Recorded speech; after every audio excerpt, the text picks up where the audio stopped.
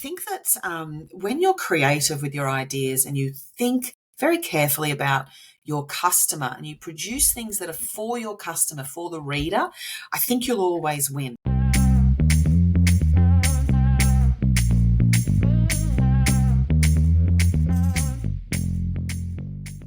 Welcome, everyone, to another episode of What's Working in E-commerce. I'm your host, Eagan Heath from Caravan Digital.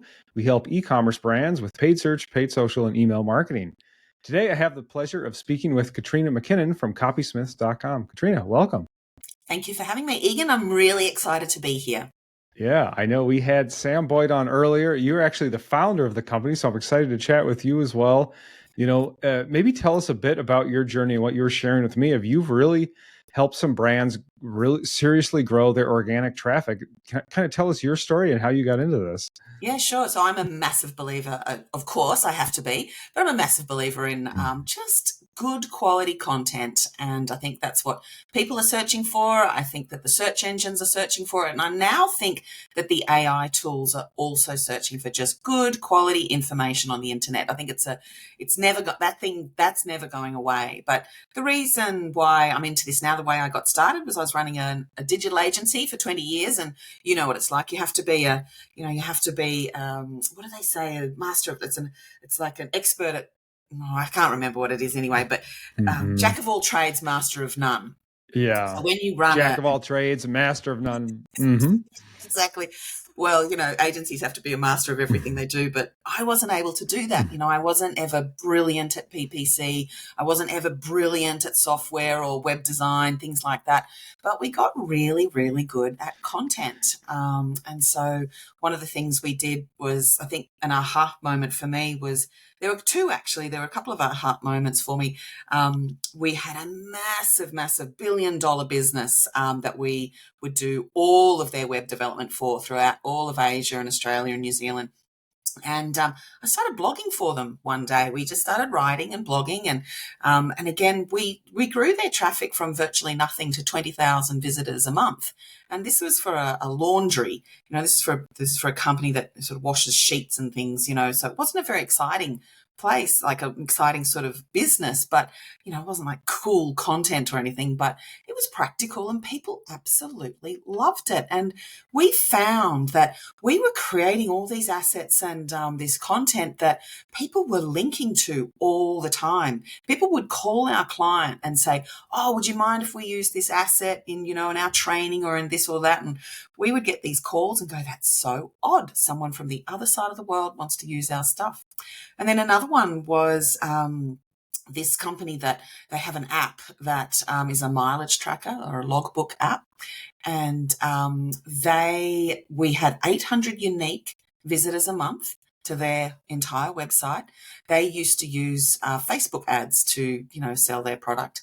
And we sort of thought, well, maybe we can get some traffic. Anyway, we ended up after about 14 months, we took them from 800 unique visitors to probably around 150,000 unique visitors, or it was like 250,000 page views a month. And so again, the funny story, we loved this. It's sort of a bit of a humble brag, but we literally had someone who owned the keywords, the domain keywords, call us up and say, you've taken all my traffic. Can we do a deal? Can we have some sort of deal where, we publish and you send us a bit of traffic for, all the traffic you've taken? And I thought, wow. I was like, this content thing, maybe we're not too bad at it. Maybe we should, really get stuck into it and niche down. So that's what we ended up doing. What a great story. An unbelievable just explosion of SEO traffic, it sounds like. As much as you could say, I'd love to learn about, you said, maybe it's not a sexy industry. You wouldn't think like, oh, there's so much content to create.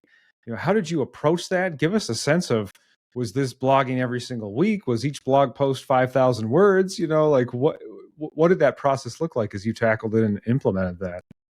So originally we had a small team of people who we would just write as much as we possibly could for clients, and depending on their budget and also their industry. So some industries are more aggressive than others and they need more content, and some less so. But we initially started out with just a couple of writers in the team, and we thought, that's really great and it was working really well.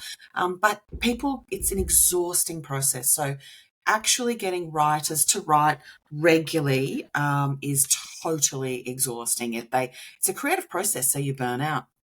So we ended up more recently, and we can talk about this, but just before Google came out and said that AI is okay, we had a team of 60 writers, and we would break all the content down into just components that one person would write, and then we would move the article into the next person. The next person would do the next thing on the article. So initially we started out as an agency, just sort of working on an hourly sort of basis. But now you just pay us for a single piece of content and people buy it in batches. But we're very highly process driven because there's lots of little moving parts to create very good content. And so we've broken it down into sort of individual tasks in the team. But yeah, so we now produce content from, we do everything from a keyword selection right through to publishing. So we try to make it as easy as possible for our clients to produce that content, because all parts of that process are quite tricky to do if you don't have that experience. Thank you for talking through that. I love how you described almost the round robin process, or maybe we're passing the baton or something like that. Or I'm writing this part of the article and we pass it to the next person. They write the next bit. So that's outstanding. I know you spoke at Ecommerce Fuel recently and talking about AI, and that's obviously on everybody's mind. Maybe they're thinking AI can just write my content.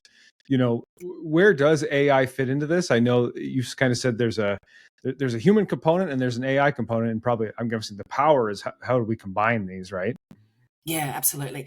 AI is fantastic. AI is great for summarizing content, but it's not a very creative writer. So to give you an example, if you were to read a blog post, you're sitting there and you sort of think to yourself, I don't know, how do I make the perfect cup of green tea? AI is quite a boring writer, and it doesn't have feelings, it doesn't have soul. So to write an article that someone is going to read, you want the initial part of that article to capture their imagination, to catch their attention, to make them think, I'm going to really dive into this article because it sounds great. AI can't write something that's like an anecdote or an interesting story or how it feels. I mean, I've got my green tea here, which is why I'm sort of thinking about it. But, I've got the leaves sitting in the bottom of the cup and there's this particular aroma and it's got this warmth and it's a cold day outside and I feel good. AI doesn't know that. And so readers and your customers, whoever's reading your content, they can feel your writing. So AI is still not a very creative writer, and it can't make you feel enough to then keep reading that article. And it's all about dwell time. So there's no point producing content that has a very high bounce rate. If people read that first paragraph and they think, oh gosh, this is a bit boring, or it doesn't connect with me, doesn't resonate, then they bounce right out of that article and you've lost them. So then, so it all really comes back down to there's the touchy-feely kind of creative aspects with it.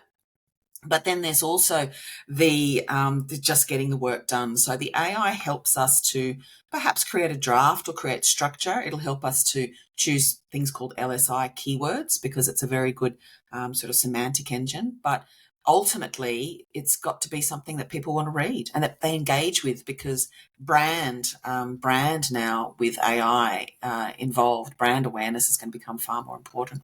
Very interesting. Quite by coincidence, I've been reading about songwriting, and I was reading this kind of classic on it called Writing Better Lyrics by Pat Pattison. And one of his recommendations is to be embodied and sort of do exercises where you're describing very vivid sensory detail and experience. And so that sort of reminded me what you said there of the AI doesn't have that sensory experience, and it may make sense that that's the hook. That's how you get people to read the blog post or the article. So I really appreciate how those go together. Yeah, I can show you some of our stuff that we use to guide our writers.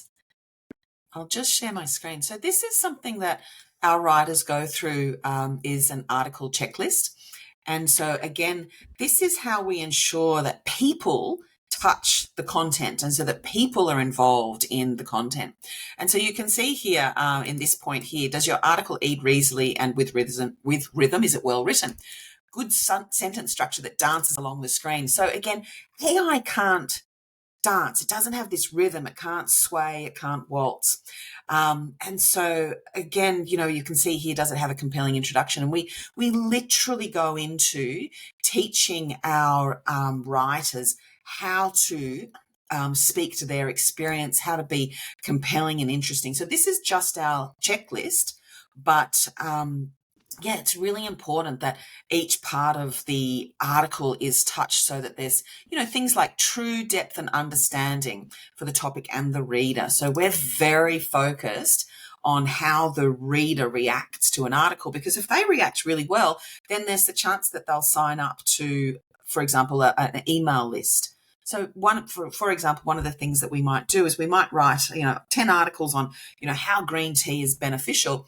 But then we might say, well, here's an email list that you can subscribe to, which has got 5 emails only on perhaps the history of green tea and maybe the most famous green tea drinkers and their sort of philosophical thoughts.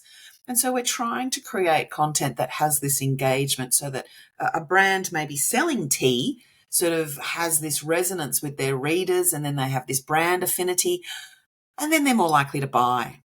So AI really doesn't have that kind of soul with the brand. I'll show you one more thing.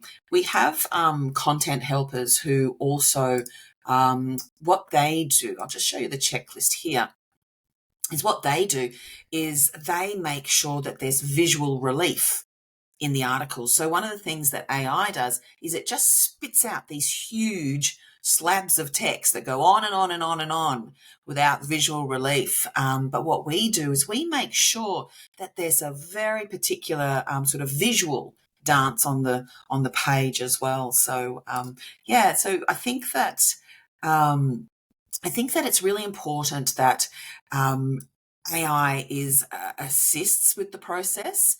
But I think that people add the beauty and they add the creativity and they add the resonance with the reader who can ultimately become your customer.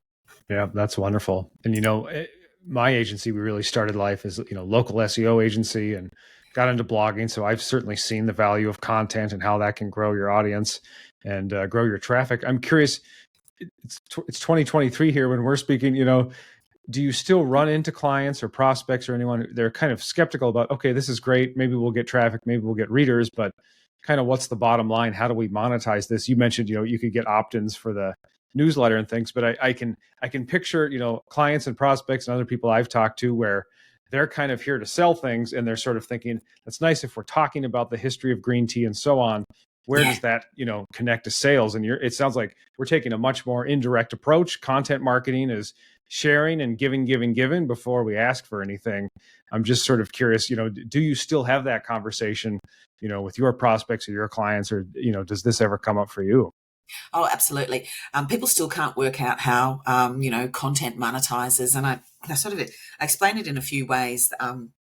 And not very scientific, of course, but when it works, you know that it works. And that's what we find. We find that clients will come to us and they'll get a batch of articles and then they wait for a little while and they go, well, it's really not working. We go, no, it's not working. It won't work for a while. Maybe it will never work for you.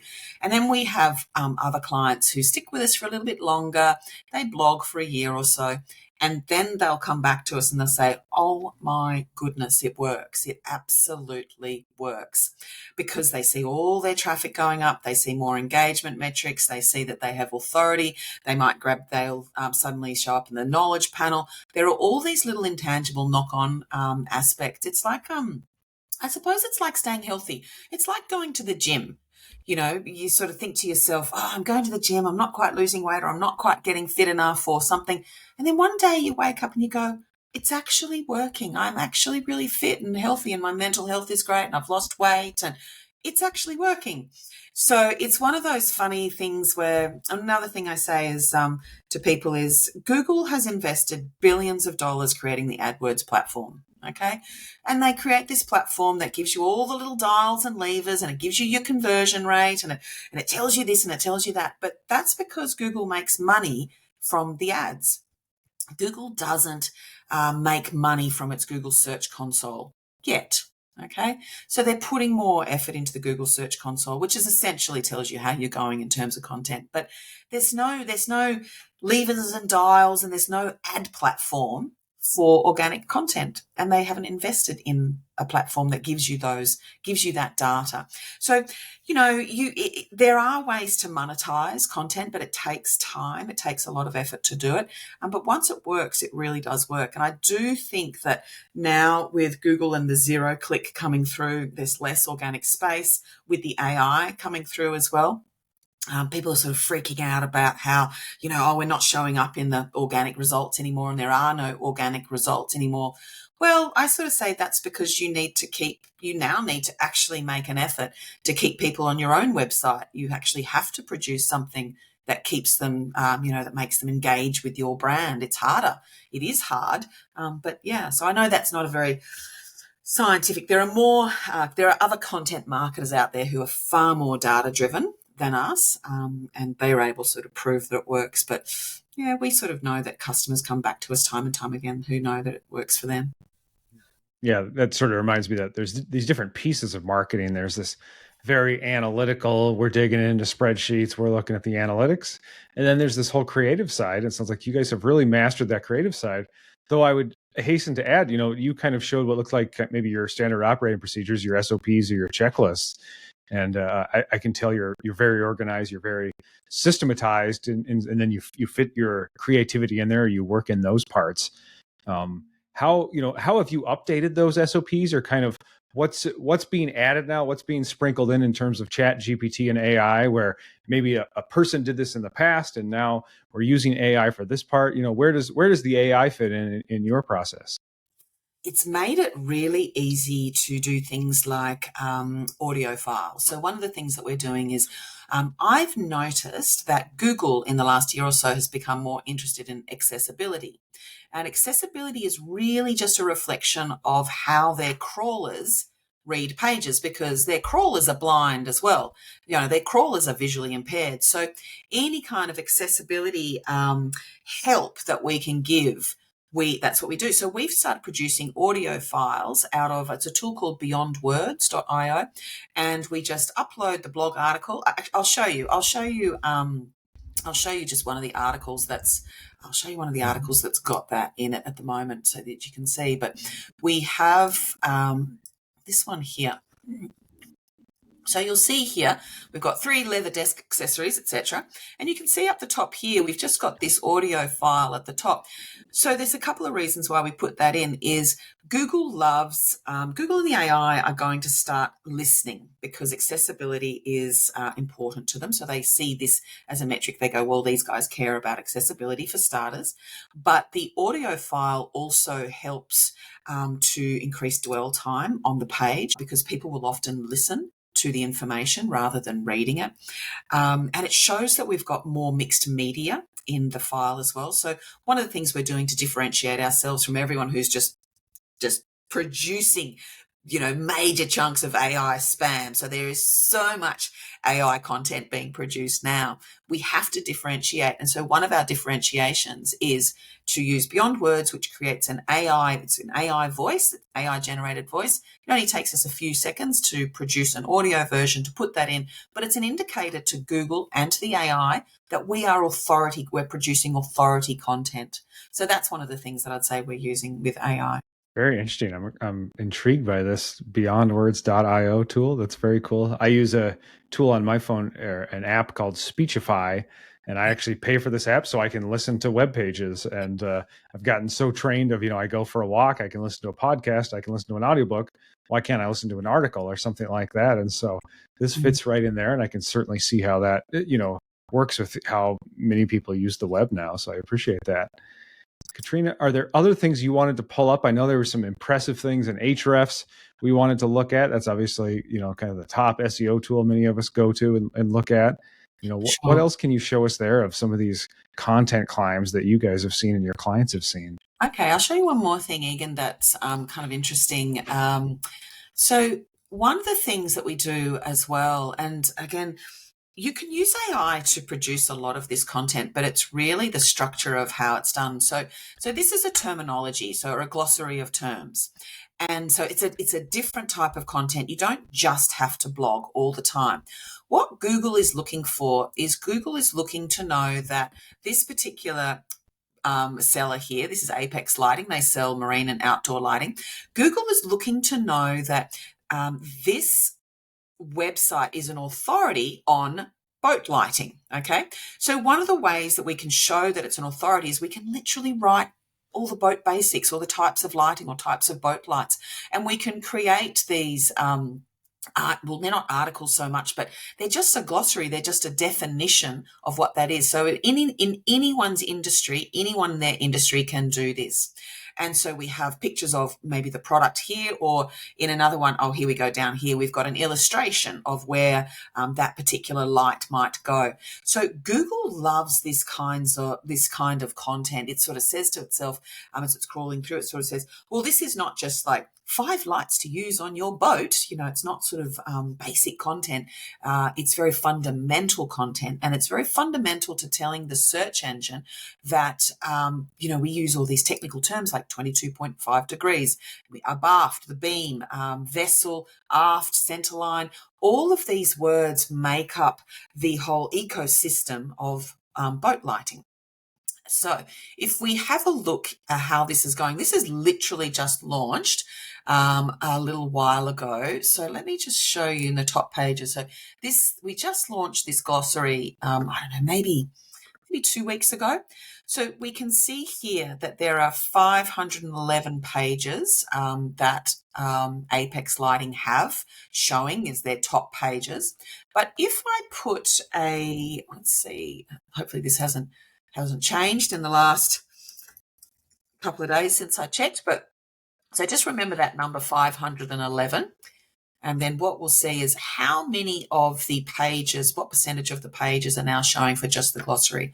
And we'll go and have a look at that in a second. So this 511 should change to 53. So just in the last few days, well, last week since we launched it, 10% of their top pages are now showing for this kind of glossary. And so you can see here that even just that particular page, it's ranking for 404 keywords. So we can see that, you know, since it sort of launched, whenever it launched, it's just going up and up and up. So again, it's an easy way. Some of these types of content are easy ways to trigger the search engines and now the AI that Apex Lighting is an authority. They are an authority on boat lighting, and the reason why they're an authority because they provide lots and lots of different types of content that have value for the reader. And we're not doing it just for the SEO play. We genuinely want to help a new person who's, you know, someone who's new to the world of, you know, boat lighting, where they've got to buy some boats. We want to help them understand what the light Kelvin scale is, or what lighting distribution is, or what is aft on a boat, for example. But you can see this keyword here, light Kelvin scale, has a volume of 2,000 keywords, you know, 2,000 traffic a month. And it's already starting to rank for 39 keywords. So, you know, that's a fantastic result for that client because, you know, it's just bringing awareness and it's creating authority. I believe that the AIs and Google are going to start, and it's not just me, it's loads of other content people as well. Authority is going to become really important because the AI content that's being produced is not actually authority content. It's just a respun version of words that, you know, the AI has strung together. And the AI is not an authority, but people are. And so I think that the AIs are going to start searching for authority content. And so we've got this moat, we've got this small window of time where Google hasn't quite caught up yet. And we've got this window of time where everyone can create authority on their websites simply through the production of content. Oh, very interesting. I think people are really looking at this thinking, you know, it's over. Like you mentioned some of the challenges with SEO of just the pay-per-click results are so high up there, or like you said, zero click of Google's just answering it with a featured snippet. It's been so challenging. And yet, you know, you're showing us these up and to the right graphs of just so much traffic. And when I was scanned through some of those keywords in that example, it wasn't clear to me that those were necessarily informational searches either. I think people might be looking for information about those things, but then if if the client sells those products, it's not hard to imagine you can drive people right to the product page from those, or offer a way to buy this part, or how it fits into that larger ecosystem for people who are into that, looking for that kind of information. That makes a lot of sense. So really appreciate your optimism, appreciate what you're doing. And it's, as those of us that have been around for a little while, we've seen SEO be dead quite a few times, and yet here we are. It continues to drive traffic, continues to drive sales. So I appreciate you showing us all this. Is there anything else you want to show us, or anything I should have asked you? I would say that I believe that creative content is what's going to help people ride out this storm. I think that when you're creative with your ideas and you think very carefully about your customer and you produce things that are for your customer, for the reader, I think you'll always win. So as long as it really resonates with your audience, you will always win at this game, because ultimately it is about the audience. I think that when some people they sort of think, oh, I'll have this shortcut. Content's really hard to do. You'll know yourself from, years of experience, but good content is really hard to do, but that's because the bar keeps getting raised. So, everyone's now thinking to themselves, I've seen the conversations where people say, oh, we can now produce all this content. It's really easy. And I sort of think, well, yes, but we produce content as well. And now it's even easier for us. So we've just stepped up another notch. So, if we were at this level before, and everyone thinks they've come up to our level with this production, we've stepped up another notch because we've got that leverage from the AI as well. So content is just getting better and better all the time. And I think that if you really focus on the reader or your customer, you're always going to resonate. They will have brand affinity. They'll be aware of your brand. They'll feel good about your brand, and then they'll buy. That's great. Well, thank you so much. I know you guys are at CopySmiths.com. I told Sam Boyd, I think you guys have a beautiful site. I love the design on it. I love the writerly sort of quality for it. So I definitely recommend people check out your blog and check out the site. Is there anywhere else people should look to find you? Mainly just on LinkedIn. I'm pretty active on LinkedIn and sort of often will publish new things there. So, I'm not great with YouTube, Twitter, those sort of places. But when something pops into my mind, I think, oh, this is fascinating. And I'm really diving into something for, improving our processes or something I've learned from other SEOs. I tend to go to LinkedIn and just publish there and sort of say, oh, this is what I've just learned. I tend to do lots of screencasts where I'll share my screen and show people what I've learned. So yeah, LinkedIn mainly. Excellent. Love it. Well, thank you so much, Katrina McKinnon, founder of CopySmiths.com. Definitely recommend everyone check it out. Thank you so much, Katrina, for coming on and sharing what's working in e-commerce. Thank you for having me, Eagan.